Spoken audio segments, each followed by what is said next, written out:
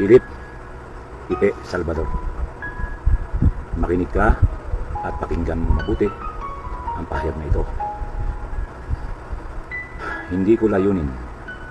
So, ito po yung may mensahe po. Ito si John Regala dito kay mayabang or sinungaling na Philip Salvador. No? Noong ito si John Regala ay nabubuhay pa. So, pakinggan po natin mga pre. Nahiyain ka o magsimula ng gulo.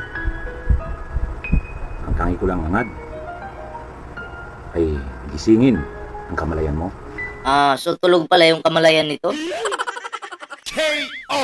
Mabuti pa to si John Regala mga pre, sa totoo lang, ang mga kontrabida sa pelikula, may mga utak po. Kumpara sa mga bida. Hindi ko naman po nilalahat, Oo. Ang tinutukoy ko lang po, itong katulad ni Philip Salvador, bida yan. Robin Padilla. Si Dan Fernandez, ano yan, kontrabida, pero tingnan mo, napakatalino. Nagtatrabaho para sa bansa. 'Di ba? Sabi ko, kabaliktaran eh. Kung bida sila sa pelikula, kontrabida naman sila sa totoong buhay. Kasi, yung iba kakampi ng mga kulto. Yung iba ganun din kay Kibuloy, 'di ba? Ang pinaglilingkuran nila pamilyang Duterte, hindi mga Pilipino, hindi yung bansa. KO! 'Di ba? Yun yung sinasabi ko eh. Tatakbo lang yung senador yung mga yan kasi aso-aso po sila ng mga Duterte. Katulad ni Marcoleta. Halata naman. Ang paglilingkuran po niya ni Marcoleta, pag yan ay nanalo senador, pag lang naman ha. Kahit alam naman nating malabo. Pag nanalo yan, ang paglilingkuran po niyan ay ang mga Duterte lang. Ipagtatanggol ang mga Duterte kahit alam nilang mali ang mga Duterte. Ganon, katulad ng ginagawa ni Bato ngayon. Ruben Padilla, 'di ba? Pagliwanagin ang nalabo mong kaisipan. Malabo pala yung kaisipan ni Philip Salvador eh. Naniniwala ako na malabo po ang kaisipan ni Philip Salvador kasi pabaya po sa anak. KO! Ipe, kilala mo ako. Isa akong taong marunong umispeto sa taong nararapat at karapat-dapat na igalang. Kaya kong ibigay ang pinakamataas na antas ng respeto kahit sa isang hayop. Ngunit hindi ko kaya itong ipagkaloob sa isang tao na walang paggalang sa kanyang sarili at hindi lumalaban ng parehas. Walang paggalang sa kanyang sariling na-mention niya? Baka yung issue dito na kaya nagsalita si John Regala patungkol siguro sa anak ni Philip Salvador kasi may na-mention dito eh. Wait lang Ngunit hindi ko kaya itong ipagkaloob sa isang tao na walang paggalang sa kanyang sarili at anak.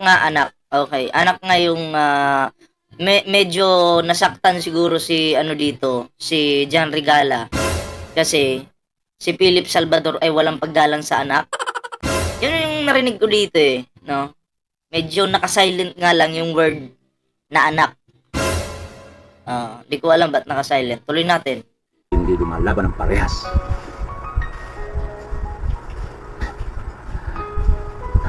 Be,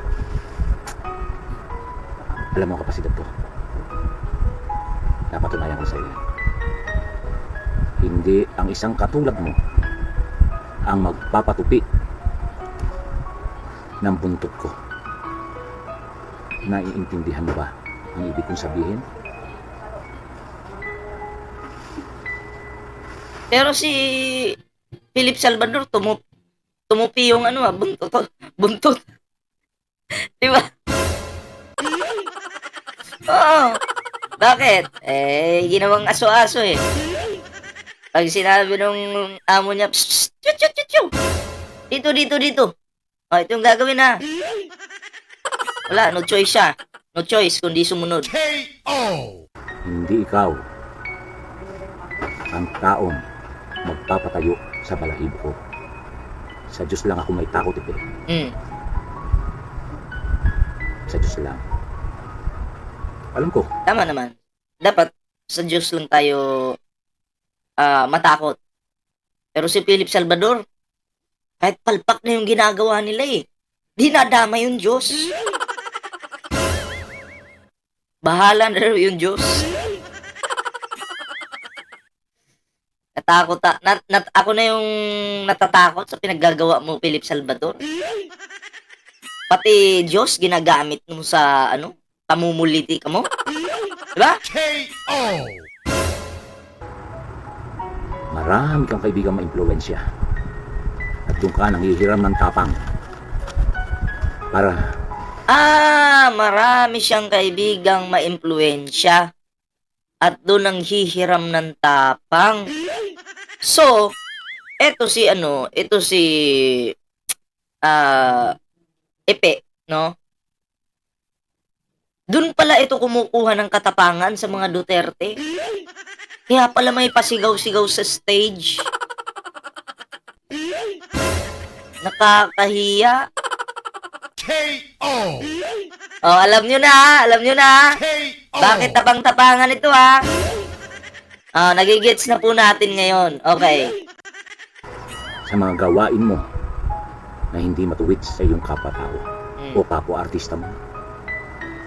So, sabi ko na pangit yung ugali ni Philip Salvador eh. Kahit yung mga kaibigan ko na-meet talaga ito si Philip Salvador, pangit daw po talaga ang ugali nito sa totoong buhay. Suplado. Parang diwata ba? Suplado si diwata, di ba? Pero pagdating ng eleksyon, ayan. Kunyari, bait-baitan na. KO. Di ba? Pinagplaplanuhan mo ng hindi maganda. At nais mo pa na alisin ang pinagkukunan ko ng ikinabubuhay. Ay, grabe. So, yung pinagkukunan ni ng ikinabubuhay, gustong tanggalin itong Philip Salvador na to. Sige, alamin pa natin. Alam ko na may video po ito si John Regala noon. Pero hindi ko po napanood.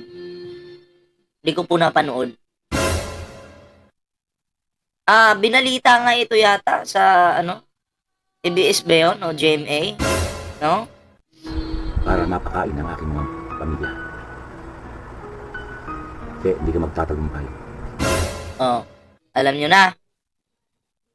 Ako, believe ako dito kay John Regala eh. 'Di ba? Sabi ko nga, kontrabida siya sa pelikula. Pero tingnan mo sa totoong buhay.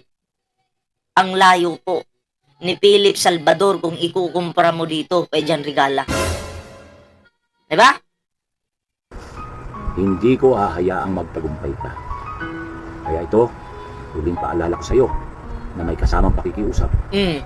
Itigil mo na yung mga plano mo.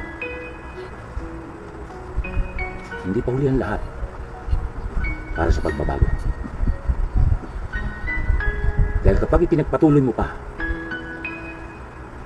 ang mga plano mo sa akin, sirain ang aking pagkatao. So sinira nga ni Philip Salvador yung pagkatao ni John Regala. Mahilig pala itong manira ng tao. Alam nyo na. Huwag nyong iboboto itong mga ganitong klaseng tao na naninira. Pagkatao pala ni John Regala ay sinisira ni Philip Salvador. Maliwanag na yan, ha? KO. Pagbintangan ako ng kung ano-ano. Mahilig magbintang, okay? Cancer, Wag. Dahil tiniti ako sa iyo, isasama kita sa gusto mong pagdalhan sa akin. Isasama kita. Tandaan mo yan. Pero titiyakin ko sa iyo na mauuna ka dun.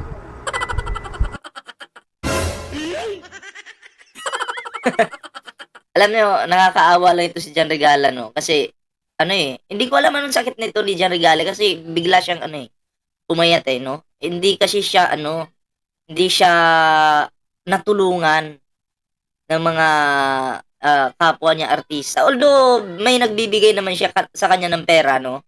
Pero kasi, hindi yun, hindi yun sapat na pera yung ibibigay sa kanya, no?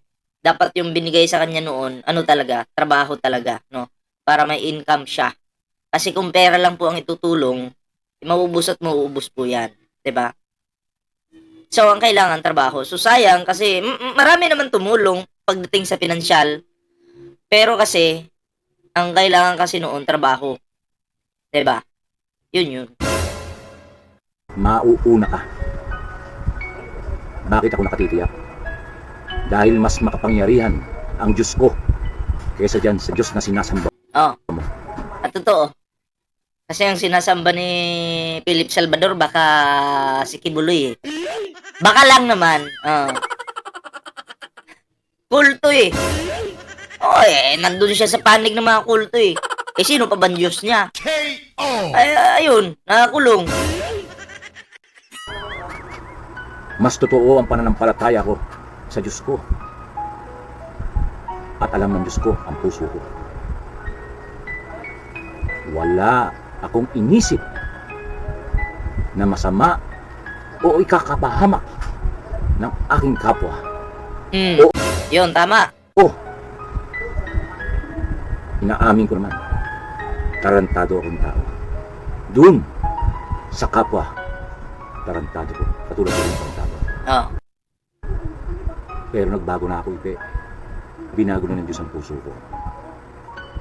At ayoko nang bumalik doon. Sawa na ako.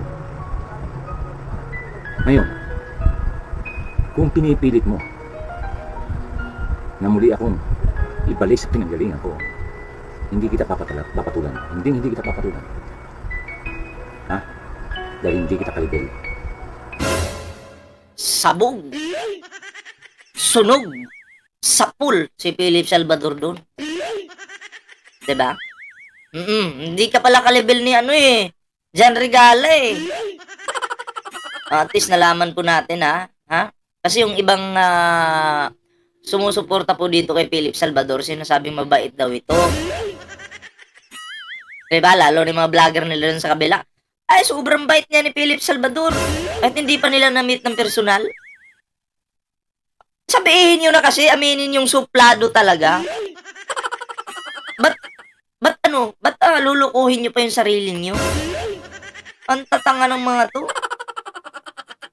KO. Hindi kita kalibel. Lulubusin ko na paalala sa iyo. Baka sabihin mo, nagkulang ako. Meron pang isang paraan para maayos mo lahat ng ito. May isang paraan pa. Bago ka. Maging totoo ka. Huwag kang paimbabaw. Lalong-lalo na dyan sa lagi mong hinahawakan. Kaso magpasa hanggang ngayon, hindi man magpapakatotoo ito si Philip Salvador. Oo. Binubula nga yung mga tao, sabi niya. Akyat sa stage, sabi niya. May mga tao dyan, nanonood sa kanya. Siya nasa stage, sabi ni Philip Salvador. Kumusta po kayo? Naisip ko tuloy, ang mga tao dyan, kinukumusta mo, samantalang yung anak mo hindi mo man lang makumusta. Magbago ka na. Philip Salvador, pera lang yan. Mamamatay din ang tao. Hindi mo madadala yung pera na yan. Magpakatotoo ka. Bulag ka na KO. Mga salita ng Diyos yan, Ipe. Mangilabot ka. Kung di ka rin lang naman magpapakatotoo, Ipe, huwag mo nang hintayin. Ang Diyos pa ang magalit sa'yo. Alam mo,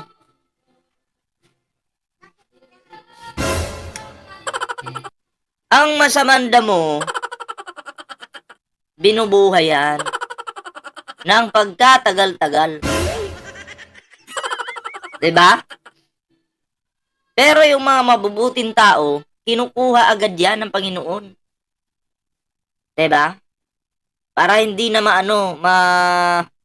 malinlang pa. Ah. Ikaw, Philip Salvador, tigilan mo na yung paghimod mo sa puwet ng mga Duterte. 'Di ba? Kahit alam mong magnanakaw ang mga Duterte, ay pinipilit mo pa rin yung kasinungalingan nyo. 'Di ba? KO. Yung mga Pilipinong maliliit, patuloy nyong pinag-uuto. Na hindi, magnanakaw ang mga Duterte. Yan yung linyahan nyo eh.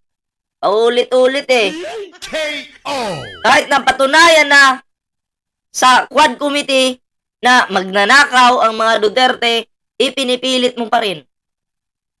Wala namang utak to si Philip Salvador sa totoo lang. Diba? Oo. Huwag kayong padadala sa pasigaw-sigaw. Ganyan po talaga ang mga artistang mangbubudol. Mambubudol pa lang. Ng boto. Para makuha yung boto nyo, sasabihin nila, sisigaw yan. Kasi artista nga eh. Oh. Hindi magnanakaw ang mga Duterte. Gaganon yan. Itagaan nyo sa bato yan. O mga ganyan salita, di ba? Sus!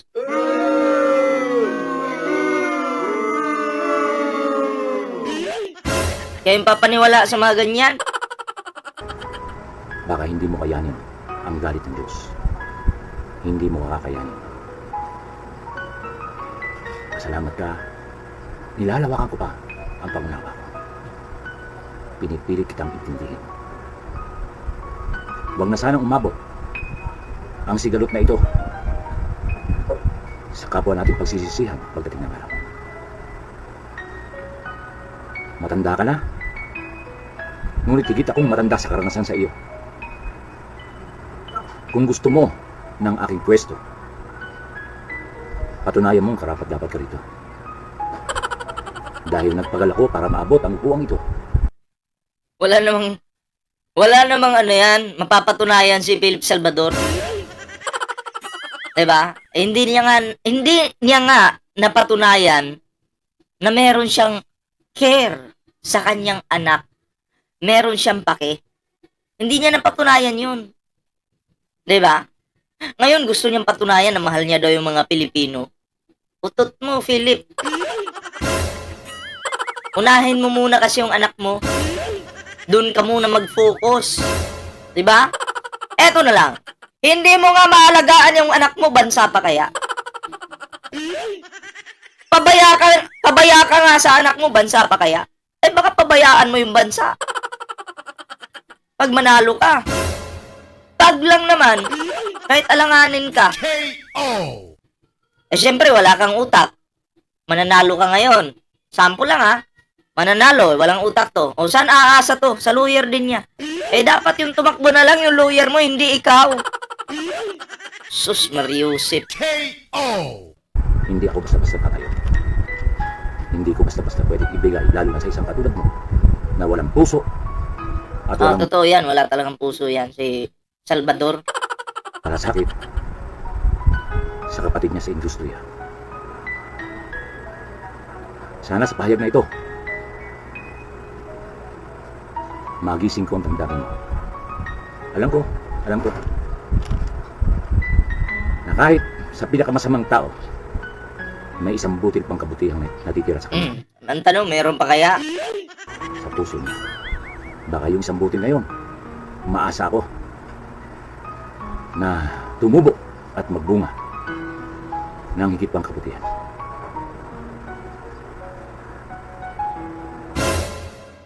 So, ayan lang mga pre, binalikan lang natin yung video ni John Regala, para ipakita sa inyo kung gaano talaga kapangit yung ugali ni Philip Salvador. Tingnan nyo ngayon, bait-baitan sa harap ng camera kasi tatakbong pagkasenador. 'Di ba? Oo. Ganun po talaga yan. Yung mga gawain ng mga politikong mga peke.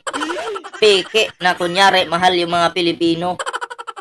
'Di ba? Ganun talaga yan, magpapakitang tao. Yung iba sa kanila, kakain ng tuyo. Yung iba sa kanila, magkakamay habang kumakain. Ako, masasabi ko po, masarap naman po yung tuyo, sardinas, masarap po yan.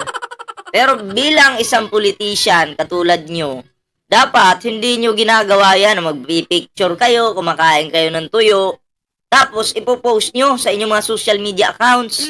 Katulad ni Bato. 'Di ba? Oo. Wag ganun. Kung kakain kayo ng tuyo, ay kain lang kayo, huwag na yung picture. Papublic nyo pa eh. K.O. Sasabihin nyo, kumakain kami ng tuyo. Lus-lus. K.O. Diba? Ingat-ingat po kayo sa mga politikong ganyan. Yung mga politikong ganyan, hindi dapat binuboto. Okay? Basta kampo ng mga Duterte, kampo ni Kibuloy, kampo ng mga Chikwa, wag po nating iboto yan. Salot po yan sa ating bansa. 'Di ba? Salot na salot po yan. So, yun lang po yung ating video ngayon. Meron po tayong Facebook dito mga pre. Ayan, sana po yung suportahan. Sana po yung i-follow ang ating Facebook page. Yan maraming salamat po sa mga bago nating followers sa ating Facebook. At syempre sa mga bago nating subscriber, maraming salamat po. No? So, hindi pa nakasubscribe sa ating YouTube channel, huwag kalimutang mag-subscribe. Ayan syempre, no? At yung mga ano dyan, yung mga basher, alam nyo na hindi talaga mananalo yung manok nyo.